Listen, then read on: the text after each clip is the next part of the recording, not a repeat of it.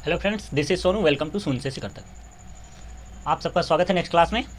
आज फिर लेकर आ गए हैं आपके लिए सीजीएल CHSL के लिए अच्छे अच्छे क्वेश्चन प्रीवियस ईयर में जो पूछे गए हैं, और आपको रिवाइज करना बहुत ज़रूरी है। ठीक है, आप किसी भी एग्ज़ाम की तैयारी कर रहे हैं, अगर आप मैथ पढ़ रहे हैं तो आपको ज़रूर ये क्लास अटेंड करनी चाहिए। ये ज़रूरी नहीं है कि आप देख रहे हैं कि सीजीएल का क्वेश्चन करा रहे हैं या CHSL के क्वेश्चन करा रहे हैं तो आप घबरा जाएँ कि हमारे लेवल का तो है नहीं। पर आप ये समझ के चलिए कि किसी भी एग्ज़ाम की तैयारी अगर आप कर रहे हैं कॉम्पिटिटिव में, तो मैथ आपके लिए हेल्पफुल रहेगा। कोई ये नहीं है कि कहाँ से क्वेश्चन पूछ सकता है, और ये ज़रूरी नहीं है कि बहुत हार्ड ही क्वेश्चन में घुसा जाए। नॉर्मल क्वेश्चन हम कराते हैं और कभी कभी हार्ड भी होता है, तो नॉर्मल क्वेश्चन तो सभी एग्जामों में आ सकते हैं, इसलिए बने रहिए। ज़्यादा देरी नहीं करते हैं, शुरू करते हैं क्वेश्चन को। आइए इसको मिटा दिया जाए। देखिए हमारा क्वेश्चन दिया गया और क्वेश्चन हम पढ़ देते हैं। क्वेश्चन में कह रखा है आपको ए तथा बी धनात्मक पूर्णांक है यदि a plus B plus A B बराबर 65 है तो a तथा b के मध्य अंतर क्या है।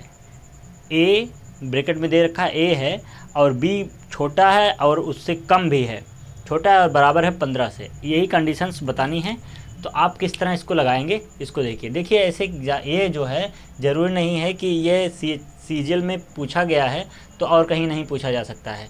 किसी भी एग्ज़ाम में कहीं भी पूछा जा सकता है, और एक कठिन नहीं है, थोड़ा आसान है। ठीक है, तो बात क्या करें, उसने दे रखा है क्या, दे रखा है a plus B plus A B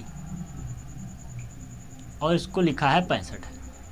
तो कुछ हमको ऐसा सोचना है, इसका मान कुछ ऐसा रखना है कि दोनों को जोड़ें, दोनों का अलग अलग जोड़ जो हो, संख्या मान लीजिए a हो और b हो, इनका जब हम गुणा करें तो a b मिल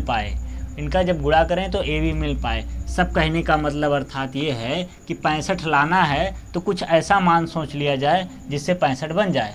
तो हम मान सोच के रखते हैं कि अगर इसको मान लीजिए 10 रखते हैं, इसको 5 रखें, तो कुछ बात बनती है, देख लेते हैं। इसको अगर जोड़ रहे हैं तो ये 15 तो हो रहा है, इतने को अगर हम कर रहे हैं तो ये 15 बन रहा है, और इसका अगर हम यहाँ गुणा भी कर देते हैं तो 10 गुणे 5 करते हैं तो ये हो गया आपका 50, और 50 में 15 जोड़ने पे 65 बन रहा है। अर्थात ऐसे आपको दिमाग में सोचना है, आपको क्या करना है, एज्यूम करना है। अगर आप एज्यूम कर ले जाते हैं तो बहुत आसान से इस सवाल को लगा पाएंगे। क्यों? क्योंकि उसने जो कह रखा है ए अलग है, जबकि वो कहा है कि बी क्या है, छोटा है और बराबर है किसके, 15 के। तो कोई ऐसी संख्या हमको ढूंढनी है 15 के लिए, कोई इस 15 संख्या में से ही हमको बनाना पड़ेगा। चाहे हम 9 बना लें, 9 में 6 जोड़ के बना लें, चाहे हम उसी में कहें कि 10 में 5 जोड़ के बना लें, या फिर हम कहें 11 में 4 जोड़ के बना लें। ऐसे संख्याएं क्या करेंगे, हम ऐसे फैक्टर करके चेक कर लेंगे कि हाँ 15 जोड़ने पे हो रहा है और गुणा करने पे 65, जो हम इसको जोड़ेंगे 65 करेंगे तो 65 बन जाए। ऐसी कंडीशंस बनाई हैं। तो एज्यूम आपको करना है। एज्यूम करने के लिए यहाँ पे आप अगर मान लिया 10 हो गया, इस जो दे रखा है आपको 15, इस 15 का फैक्टर हमने कर लिया 10 और 5, 10 5 करते हैं तो यहाँ रखेंगे 10 5 करके। a की वैल्यू अगर 10 है और b की वैल्यू 5 है तो यहाँ पे क्या हो गया, 10 गुणे में 5, और ये बराबर 65 आपको पहले से दे रखा है। इसको जोड़ेंगे तो ये हुआ 15 और प्लस ये हो गया आपका 50, और बराबर 65 पहले से है। इसको भी जोड़ेंगे तो ये हो गया 65 बराबर 65। इससे क्या तात्पर्य निकल के आता है कि इससे यह तात्पर्य निकल के आता है आपका कि आसानी से क्या कह सकते हैं आप आसानी से कह सकते हैं कि वह संख्या क्या हो सकती है आपके लिए, वह संख्या आप जान सकते हैं आराम से। बस ये आपको क्या कर रहा है, सेटिस्फाइड कर रहा है। क्या कर रहा है, सेटिस्फाई कर रहा है। तो सेटिस्फाई अगर कर रहा है तो आपको ये ध्यान में रखना है, उसने लास्ट में कह रखा है कि इन दोनों संख्याओं का क्या करना है, अंतर करना है। तो अंतर मिल रहा है 5, तो 5 आपका क्या हो गया आंसर। आसानी से लगा सकते हैं। उसने कहा मध्यंतर बताना है, तो मध्यंतर किसका बताना है, जो दोनों संख्याएं आपने मानी है अभी, उन्हीं का मध्यंतर बताना है। तो उसका मध्यंतर क्या था, 5 है। ठीक है, 10 में से 5 घटाया तो हो गया हमको 5।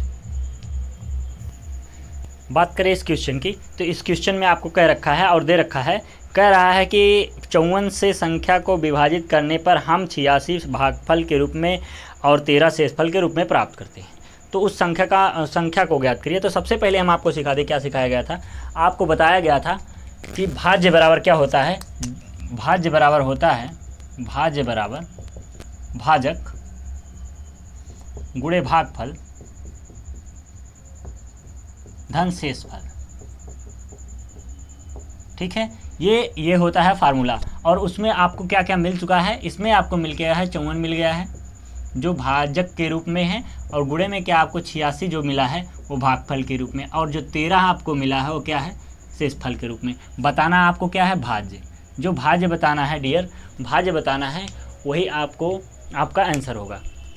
तो कैसे कर पाएंगे उसको देख लेते हैं। हम इसका जब दोनों का गुणा करेंगे, 54 और 86 का गुणा करेंगे, तो 54 और 86 का अगर गुणा कर लेते हैं तो शायद 46 ऐसे करके कुछ मिलेगा। अगर नहीं मिलता है तो हम गुणा करके एक बार चेक कर लेते हैं। कैसे गुणा करेंगे, आप करिए, आप भी गुणा करिए, हम भी कर रहे हैं। तो गुणा करने में एक्सपर्ट रहेंगे तभी बात बनेगी। गुणा करने में अगर आप एक्सपर्ट हैं तब बात बन जाएगी। गुणा आप जब करेंगे तो 46 44 मिलेगा। क्या मिल जाएगा डियर फ्रेंड, 46 44, यहाँ 46 44 मिल जाएगा आपका इसका गुणा करने पर, और प्लस 13। ठीक है, अब इसको क्या कर लेंगे, जोड़ देंगे। 4 3 7 हो गया, 5 हो गया, 6 हो गया, 4 हो गया। ये आपका जोड़ने के बाद मिल गया, यही क्या हो गया, आपका आंसर हो गया। जो भाज्य है वही आपका आंसर है। और उसमें क्या रखा है कि उसने उस संख्या को ज्ञात करिए, तो वह संख्या आपकी क्या हो जाएगी, वही संख्या जो आपकी हो जाएगी 46 57। 46 57 आपकी वही संख्या बन जाएगी डियर फ्रेंड्स। ठीक है, बात समझ पाए होंगे। अगर बात समझ पाए हैं, लाइक को सेशन को लाइक करिए, शेयर करिए, कमेंट कर दीजिए।